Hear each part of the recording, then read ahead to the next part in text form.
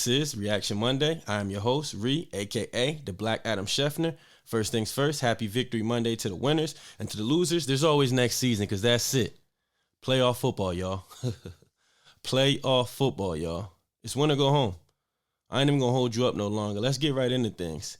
Kicking off Super Wild Card Weekend, we had the Cleveland Browns at the Houston Texans, a game that the Texans were able to win convincingly 45-14. Houston, we have a problem. I'll be lying if I said that I expected this because I damn sure didn't expect this. I think a lot of people were favoring the Browns just off the experience, the defense.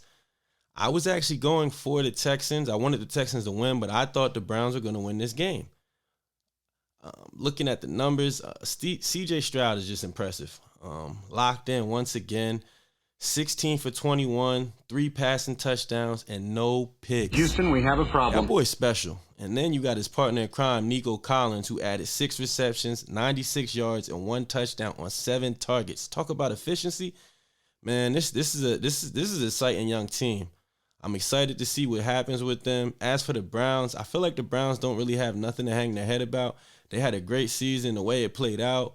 Joe Flacco was able to come back and kind of right the ship with this team because after Deshaun Watson went out, you kind of didn't know what was – the defense were holding them down, but you just didn't know what direction they were headed. You just didn't know what direction they were headed. But as for, like I said, as for the Texans, man, what more could you say about them? Like, they're just so impressive. You got a first-year head coach, a rookie quarterback, and here they are in the second round in the playoffs, headed in the divisional round of the playoffs. Talk about impressive, man. Houston, we have a problem. I don't want to say too much on that game because, again, it was 45-14. But moving along, our next game for Super Wild Card Weekend, we had the Miami Dolphins, frauds, at my defending Super Bowl champion, Kansas City Chiefs. A game that the Chiefs were able to win 26-7. With that win, Mahomes now moves in the 8th overall in total playoff wins in just 6 seasons. He's now past Aaron Rodgers and Troy Aikman.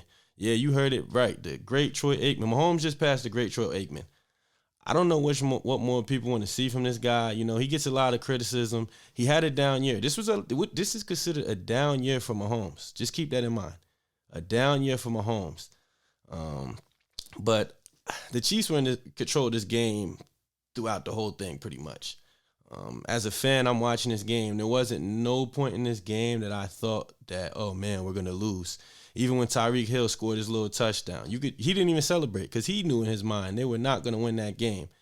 Then you look at rookie wide receiver on Kansas City, Rasheem Rice, 8 receptions for 130 yards and 1 touchdown. He had a touchdown called back that was questionable on a questionable block in the back, but we won't get into that. Then you look at L'Jarius Sneed, who just continues to just be a complete savage and just I don't understand how you didn't make All-Pro. Looking at the numbers between both of the games against the Dolphins, when guarding Tyreek Hill and Jalen Waddle, Sneed only allowed 1 catch. 1 catch. And they left this guy off the All-Pro list. Speaking of Tyreek Hill, do you think he misses us yet? Does he miss Kansas City? That's a question that only Tyreek Hill can answer. But I've been telling people all year, Houston, we have a problem. the Dolphins are a one-trick pony. If they can't hit the big play, that's it. And then you look at Tua. You look at Tua. Tua is 1-6 against teams with a winning record compared to being 10-1 against teams with a losing record. Yeah, you heard that right. 1-6 against teams with a winning record and 10-1 against teams with a losing record. If that's not a fraud, then I don't know what is. What's next for the Dolphins, though? The season's over. They got a long time to think about it. But really, what's next for the Dolphins? Because they got to ask themselves, is Tua our guy? He has money due. He has a little bit of injury history. And even the coach, I feel like people prematurely gave Mike McDaniel this credit. Obviously, the offense was hot. And that's cool. But again, you get to the big games, you get smacked around. You played the Buffalo Bills, you got smacked around. You played the Eagles, you got smacked around. You played the Chiefs this year twice, you got smacked around. And as far as Kansas City, I don't know. I think the AFC is wide open. I don't want to sound biased, but I believe that the AFC is Kansas City's to take. Yes, I get that Baltimore is a juggernaut, but that defense is just man. Obviously, as a fan of the team, I love watching that defense, but as a fan of the sport, you kind of got to just love the work of art and just the masterclass that defensive coordinator Steve Spagnuolo been putting on all year. The Chiefs been dealing. The Chiefs are not in this position right now because of their offense. You've seen with the offense. I think the Chiefs' offense only scored 30 points maybe 2 or 3 times this year. And that's saying a lot when you got the best quarterback in the league and the best tight end in the league. They only scored 30 points 2 or 3 times this year. But I think for the Chiefs, we don't know who they're playing yet. We have to wait till tomorrow to see what happens. Well, between the Steelers and the Bills. Kansas City could be traveling to Buffalo, or the Texans could be traveling to Kansas City. We'll see. But yeah, a lot rides on that. But as for the Dolphins, like I said, they're frauds. I don't even want to talk about them no more. Let's get into our next game, man. Dallas. Congratulations, you played yourself. The next game, we had the Green Bay Packers at the Dallas Cowboys, a game that the Cheeseheads were able to win 48-32. Don't let the score fool you. This was a one-sided, excuse my French, this was a one-sided ass whooping. Dallas got that ass whooped. Congratulations, you played yourself. Dak is Dak. Dak was back to Dak. He looked very good at stretches throughout the season. I'm not going to lie. He had me convinced. But then you look at today, he had 2 interceptions. One of them was a pick 6. But not to hang up too much on Dak, let's talk about that Cowboys defense. Because I seen a lot of blame going around to Dak, but your defense gave up a 48-piece extra crispy. 48-piece extra crispy. Michael Parsons, I see Michael Parsons on his little podcast every week, and he has a lot to say about every other team in the NFL. But if you look at Michael Parsons' numbers through the last 7 games, he has 2.5 sacks. 2.5 sacks. This is a guy that we look at as a premier pass rusher in this league. In the last 7 games, Michael Parsons has 2.5 sacks. But yet he's on his podcast worried about what other teams is doing. And I could be feeling a little type of way because he picked against my Chiefs. Don't get me wrong. I'm a fan of Michael Parsons, but I'm also fair and unbiased. And I don't know. It's not a good look. The Cowboys, I don't know. Mike McCarthy might be out of job. You seen Dak's press conference. He said, well, if he's being in question, I should be questioned. Dak, we've been questioning you. Dak Prescott. Congratulations. You played yourself. But did y'all see Jordan Love? Jordan Love was out there dealing. He was 6 for 21 on the day, 272 yards, and 3 touchdowns. I seen this guy hit every type of throw today. Off balance, falling back, he was out there putting on a passing clinic. It was a work of art. And then you had Aaron Jones who added another 118 yards on the ground and 3 touchdowns. But this is Dak's fault. Dak was the one that gave up them 3 touchdowns to Jordan Love through the air and the 3 touchdowns on the ground to Aaron Jones. Come on, y'all. Congratulations, you played yourself. Y'all can't blame it all on Dak. I know Dak is going Dak. We expected that. I'm not gonna lie, the Cowboys had me fooled. They were my pick for, if you watch the REE-Action Monday 2024 award ceremony, I gave the Cowboys an award for Team of the Year. They were undefeated at home. Then they turn around and get that, excuse my French, get that ass whooped.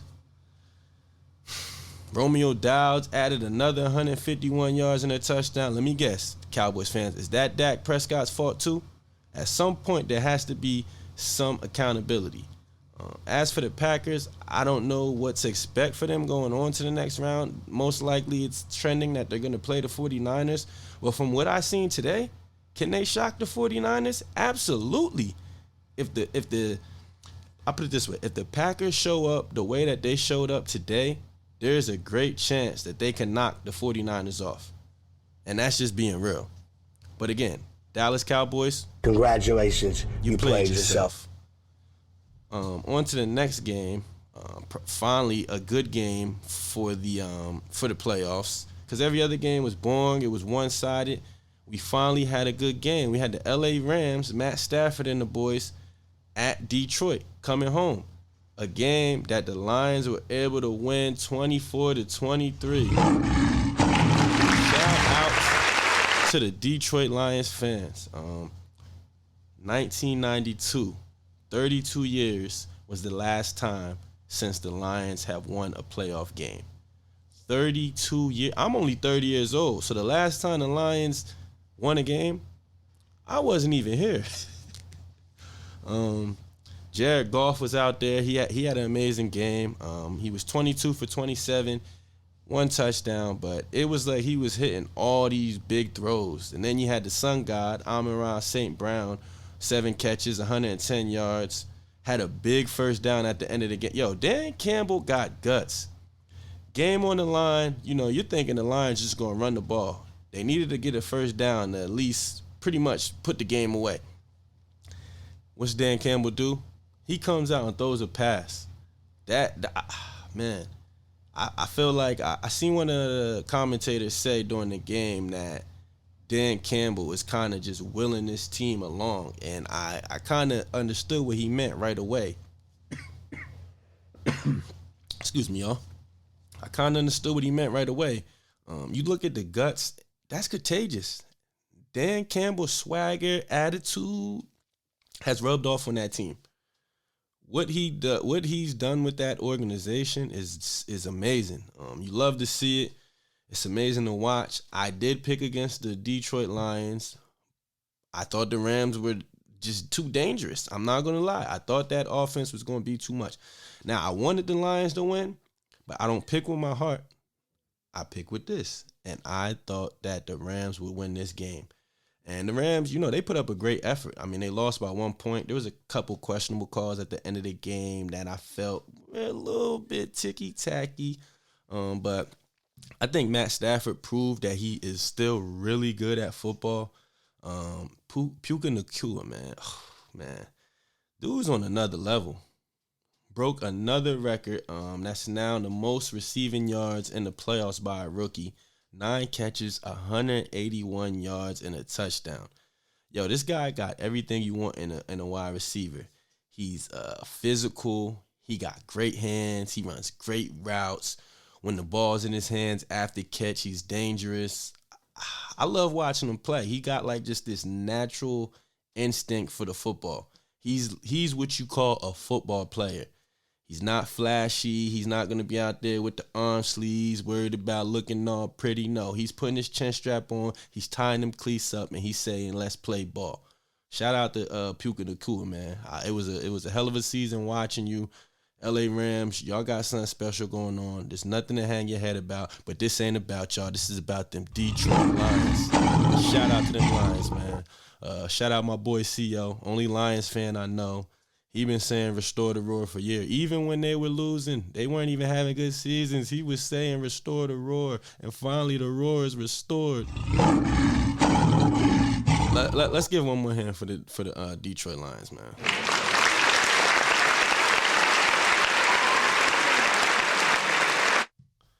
And I mean, that wraps up our Super Wild Card weekend. We still have 2 more games. I'll go ahead and get into a little recap what I think is, or preview what I think is going to happen. We got the Pittsburgh Steelers at Buffalo, a game that was supposed to be played Sunday, but due to the inclement weather and to anybody that didn't understand why they moved that game and thinking, oh, the Chiefs played, they're just being that Buffalo was looking crazy. Kansas City was just cold. Buffalo, they had the cold, they had the snow, and you got that wind blowing off them lakes. There was no way they were playing that game. But As for the game, I think the Bills should win. Should win. The Bills should win. Josh Allen just got to protect the ball. They got this thing where they call the Josh Allen experience. And what Josh Allen experience is, you just never know what you're going to get with this guy. He'll make a crazy play and spin off the back and throw some crazy pass. And then the very next play, he'll throw a pick right to the guy. It's kind of like you got to live and die with that with Josh Allen. That's just him. Like, I see he's getting a lot of criticism, and I get it. He turns the ball over a lot. But again, that is just him. He is the true definition of a modern-day gunslinging quarterback. He's going to take risk. He's going to try to squeeze the ball in there because as much picks as Josh Allen throws, I've seen him make way more impressive plays and way more impressive throws. So y'all need to put some respect on Josh Allen's name. I'm tired of seeing the hate on him. He's a top 3 quarterback, hands down.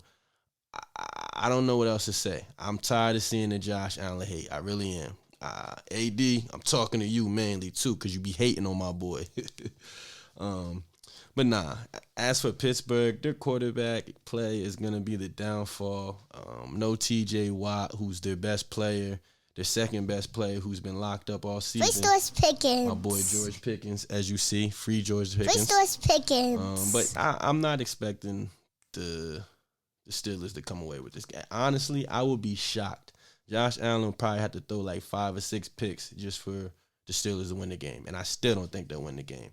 No disrespect to Steelers fans. I'm sorry, but your quarterback, whoever it is that's starting, Rudolph, Pickett, both of them, buns. Both of them is buns. But then we got the night game. It's crazy. I'll still be at work when that Pittsburgh and Buffalo game starts.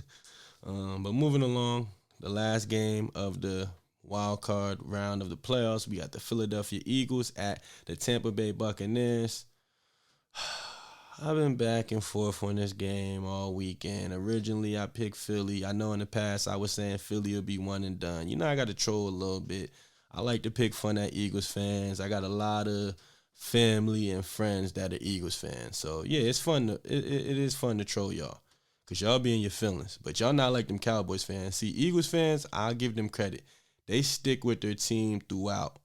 Win, lose, or draw. Most Eagles fans I know, they're sticking with their team. Shout out my cousin Janelle in Philly. She really from Philly too. So, but y'all Cowboys fans, what I seen today on Facebook from some of y'all should be walking around with a bag over your head. And if you're saying you're a Cowboys fan, you got Cowboys merch and turn it in because y'all are not real fans.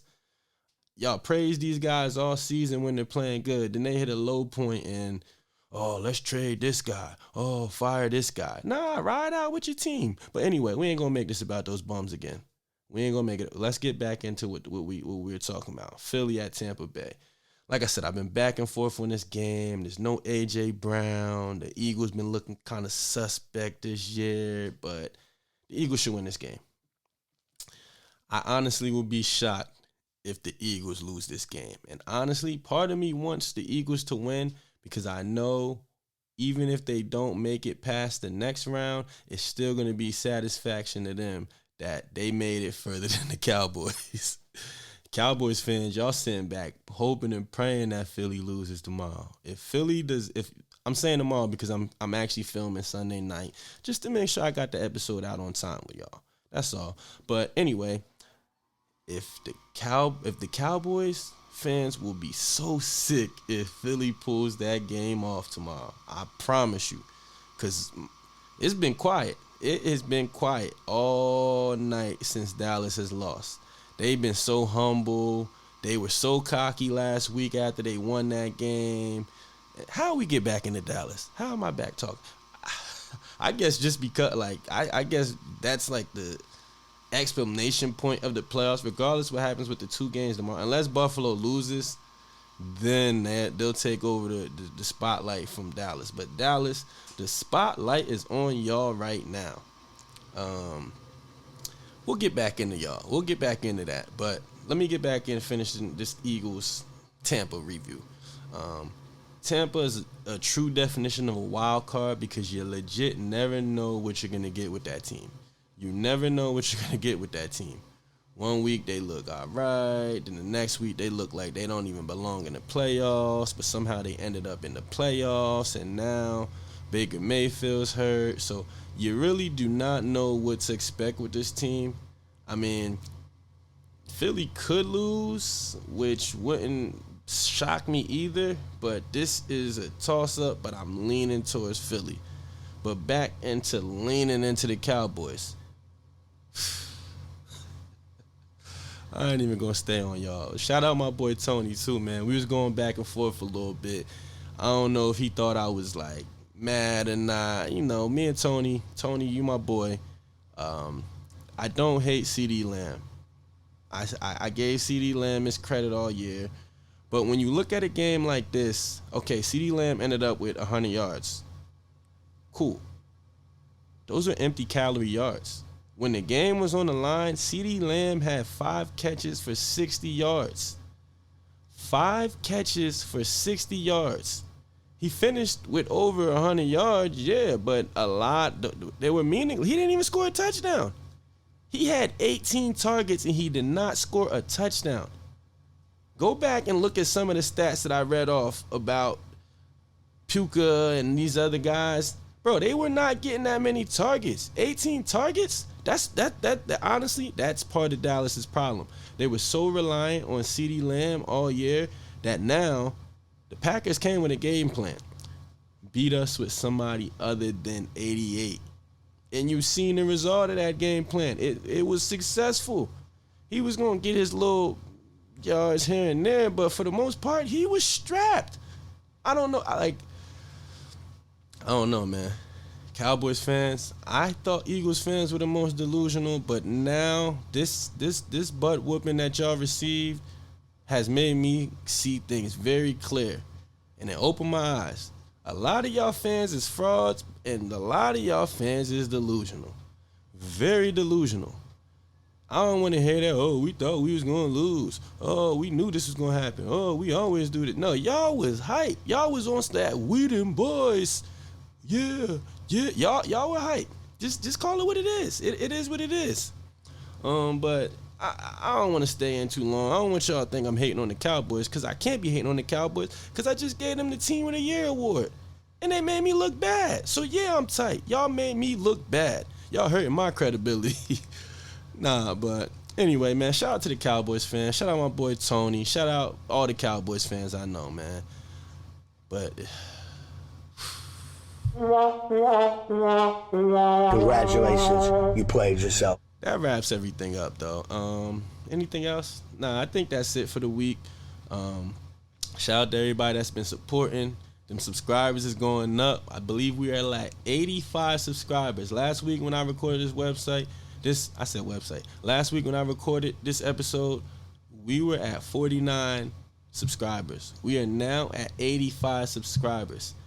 And I said, once we hit 100 subscribers, I'm giving away some football jerseys. 2 jerseys. 2 lucky people will win 2 jerseys. I'm not going to tell you what players. No, they're not Chiefs jerseys. But 2 lucky people will win 2 jerseys. Not 2 jerseys each. 1 apiece. I ain't got it like that yet. But yeah, keep supporting, like, share, subscribe, drop them comments. I want to hear what y'all think, man. I see everybody liking. I see the numbers going up. This ain't about that. I want to know what y'all think. To me, football is a thing that brings people together. This platform is not just for me. This is for anybody who loves the game of football like I do. And that's why I started this whole Reaction Monday thing. And I appreciate everybody that's been on the journey. Hate to sound long-winded. I got to get some sleep. It's 1:22. That's how committed I am to y'all. 1:22 in the morning. So 1:22 a.m. My son upstairs crying. I think I better get up there if I get in trouble. But nah, I appreciate everybody that's been supporting. Shout out to y'all. Let's keep this thing growing. Let's get to 100 subscribers, from 100 to 500 to 1,000. Let's just keep running it up, y'all. Let's keep running it up. Reaction Monday is a real thing. End it with our famous quote: Happy Victory Monday to the winners, and to the losers, remember, there's always next year. I'm your host, REE, a.k.a. the Black Adam Scheffner, and just like that, I'm gone.